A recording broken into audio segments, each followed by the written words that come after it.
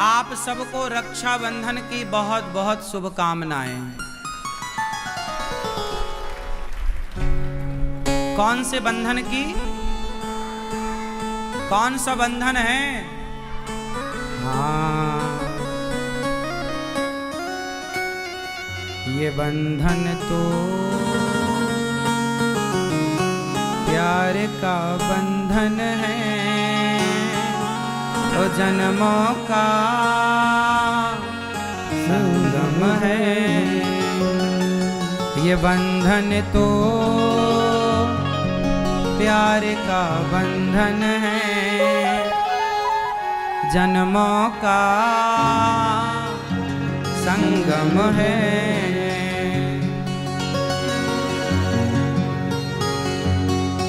क्या होता आजकल देखो, रक्षाबंधन का ये पावन पर्व वर्ष में एक बार श्रावण मास की पूर्णिमा को यह त्योहार मनाया जाता है। इस त्योहार में विशेषता जानते हैं क्या है?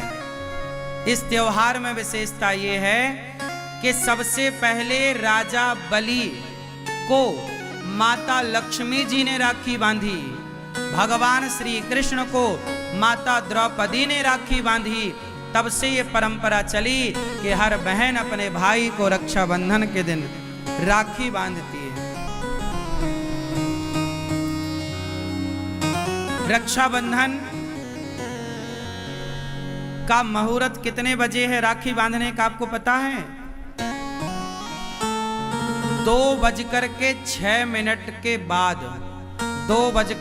जब घड़ी में 2:06 हो जाएं, उसके बाद ही कल आप लोग अपने भाई को राखी बांधिएगा। क्योंकि सुंदर मुहूर्त, सुंदर घड़ी में जब राखी बांधी जाएगी तो रक्षाबंधन में जो बंधन होता है वो कोई सामान्य बंधन नहीं है। वो बंधन आपके भाई की उम्र लंबी करने वाला बंधन है, आपके भाई के यश को बढ़ाने वाला बंधन है, आपके भाई की कीर्ति को बढ़ाने वाला बंधन है।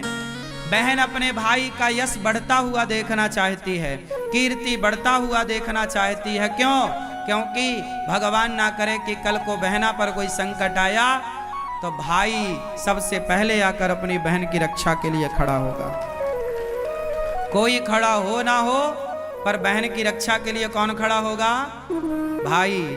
तो कल 2:00 मतलब रक्षाबंधन के दिन 2:06 के बाद ही, क्योंकि 1:15 बजे तक तो भद्रा है, उसके बाद भी फिर कोई बढ़िया सुंदर जो मुहूर्त है वो 2:06 के बाद से ही स्टार्ट होगा। तो आप कल अर्थात प्रेम पूर्वक रक्षाबंधन अपने 19 तारीख को, 19 अगस्त 2:06 से पावन पर्व भाई का मुख जब राखी बांधो तो पूर्व दिशा की ओर होना चाहिए। राखी हमेशा या लाल कलर की या पीले कलर की हो, धागा है ना, धागा भी रेशम का होना चाहिए। भगवान गोपियों का संदेशा उद्धव जी श्री कृष्ण तक पहुंचाते हैं और भगवान ने अपने हृदय में गोपियों का दर्शन कराया। ये गोपियों का जो दर्शन था उद्धव जी को, ये केवल अभिमान को, जो अभिमान था गोपियों के अंदर, एक उद्धव जी के अंदर, उन अभिमान को गोपियों ने तोड़ा और भगवान ने अपने हृदय में गोपियों का पावन सा दर्शन कराया।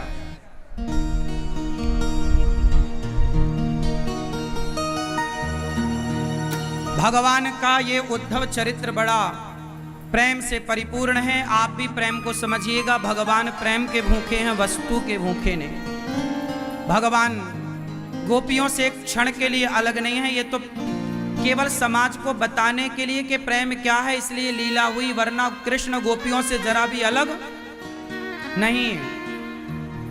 भगवान का विवाह माता रुक्मणी जी से हुआ, दूसरा विवाह भगवान का जाम्बवंत की बेटी जाम्बवती से, तीसरा विवाह भगवान का सत्यभामा से। किससे ब्याह हुआ? चौथा विवाह भगवान का यमुना जी से हुआ। पांचवा विवाह मित्रविंदा, छठवा सत्या, सातवा भद्रा, आठवा लक्ष्मणा। भामासुर नाम का एक दैत्य था। 16,100 कन्याओं को उसने बंदी बना रखा। उन कन्याओं ने कहा प्रभु हमें मुक्त कराइए। तब भगवान ने उसके बंधन से मुक्त कराया और टोटल विवाह हो गए भगवान के 16। उन कन्याओं ने कहा अब हमें स्वीकार करो, हम कहाँ जाएं? तो उनका विवाह हुआ।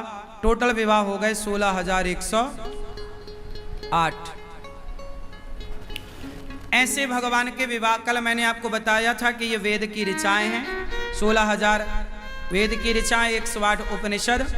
और जो कन्याओं को समाज स्वीकार नहीं करता उन कन्याओं को भगवान पत्नी के रूप में स्वीकार करते हैं। इसलिए भगवान का विवाह करना, कुछ लोग कहते हैं ना भगवान ने इतने विवाह क्यों किए? भाई भगवान है। हमने कल बताया था कि भगवान तो सबके ही पति हैं, प्राणों के पति। तो इस हिसाब से तो सभी भगवान की पत्नियां हैं। कोई आप और हम बचे थोड़ी हैं, हम भी तो भगवान की हैं। तो भगवान सबके पति हैं। आप में से कितनों के पति भगवान हैं?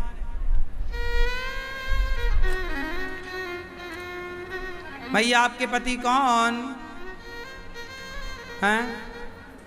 मोहन? हम सबके पति मनमोहन भगवान। भगवान अपनी पत्नी से ना थोड़ा हंसी मजाक भी करते हैं। गृहस्थी कैसी चलती है? रोते रोते नहीं चलती। कैसे चलती है? हंसते हंसते कट जाए रस्ते, जिंदगी यूं ही चलती रहे। कैसी चलेगी?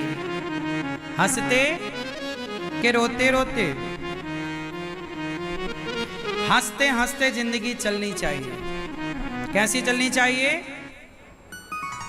कैसी चलनी चाहिए? हंसते हंसते, हंसते हंसते चलो। पत्नी से थोड़ा हंसते रहो, पति से थोड़ा हंसते रहो, थोड़ा हंसते रहो, थोड़ा रूठो, थोड़ा मनाओ, थोड़ा नाचो, थोड़ा गाओ, थोड़ा अच्छा जीवन जियो। कुछ लोग ना बस भौंदू टाइप के बैठे रहेंगे, मुंह फुलाए। ऐसे लोग अच्छे नहीं होते। कुछ लोग ऐसा हंसते ही नहीं, थोड़ा हंसा भी करो मेरी माँ। कुछ लोग होते हैं ना बस ऐसे बैठ रहे हैं।